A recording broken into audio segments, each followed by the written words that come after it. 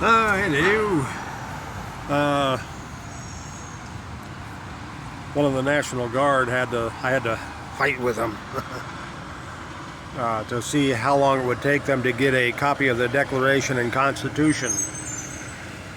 Offered to pay them for it, but they refused to take it. It took them weeks to finally come up with one. Anyhow, the one this one got was from the Cato Institute. And my screen is so dark I can't tell if anything's recording or not, but I guess it is. And I've been going through, and there's a bunch of notes that I've made. But they have started talking about the powers not delegated to the United States by the Constitution, nor prohibited by it to the states, are reserved to the states respectively, or to the people. And then they go on to state, plainly, only certain powers are delegated or granted by the people. Those powers were then enumerated in the Constitution. The rest were reserved to the states or to the people, never having been granted to either level of government. See, what most people don't realize is that the Constitution grants powers to government. And we only have one government in the United States of America. Its name is the United States of America. Capital T, capital U, capital A, capital... anyway, they're all first letter capitalized except for the word of. The United States and America are first letter capitalized. This was done in the Articles of Confederation, Article 1, which names the Confederacy that was created by the Articles of Confederation, which was the government. That name never changed. Now, the powers granted to government are specifically listed in the Constitution of the United States of America. Certain powers were prohibited from the states from exercising. So, what does that mean? It means that a power that was not prohibited to the states from exercising, that is listed in the Constitution for government to exercise, the people of that state, in their respective state constitutions, may grant that power to their state governments to exercise. But the exercise of that power cannot be any more severe than what is granted by the Constitution. The people of the state may make that power more lenient than the Constitution authorizes for their state government officers. And then likewise, the county can do the same, and the city and town can do the same, because they are all bound by the Constitution of the United States of America. Amendment 10 does not authorize to the states to exercise any political power against any right that the Constitution has not specifically prohibited them from doing. Because in Amendment 9, there is that prohibition. Amendment 9 states that no government is to...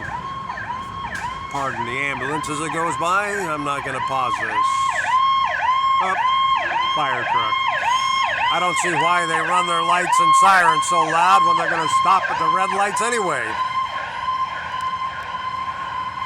Anyway, so Amendment 9 protects all of the rights retained by the people that the Constitution does not specifically enumerate, and either specifically prohibit all government power from invading, or grant government power to invade, or deny or regulate or whatever, like Amendment 4. It allows the government very strictly limited powers to invade our privacy. Amendment 2 expressly prohibits all levels of government from infringing upon our right to keep and bear military arms, thus the introduction of the militia at the top of Amendment 2. Now, there's other examples. However, we the people ultimately retain all rights and powers, whether delegated by the Constitution or not. And the Declaration makes that certainly clear when it talks about the legislative powers reverting back to the people when the legislators fail or refuse to use those powers to restrain government or dissolve representative houses, that kind of stuff. So we've been constantly misled, misfed information about the Constitution, which only benefits the corruption of government, and we've seen that for the last 250 years as the government expands its powers and we do nothing, because we have been taught and fed to assume that the states automatically can exercise any power they want to, as long as the Constitution has not specifically said no. And I will just repeat that Amendment 9 says no with regard to every right retained by the people. It prohibits the federal government, it prohibits the state, the county, the cities, and the towns from exercising powers that unjustly infringe upon and against the rights retained by the people. So you got to be careful about the documents and the books and the paperwork that the experts are passing around about these documents, when the documents themselves expressly state otherwise. There's nothing in the documents that imply anything. Amendment 9 does not imply that we have other rights not listed. It outright states that we have rights that are not listed in the Constitution. Amendment 9 or Amendment 10 does not imply the states may exercise all sorts of powers that the Constitution does not expressly grant to it. Amendment 9 only states that they may exercise those powers that the Constitution, that are granted within the Constitution, that the Constitution does not prohibit to the states.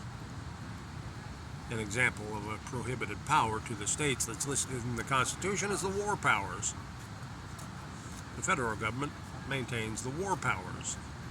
States may defend themselves if, under imminent attack and waiting for the federal government to respond, would be detrimental to the safety and rights of the people of that state.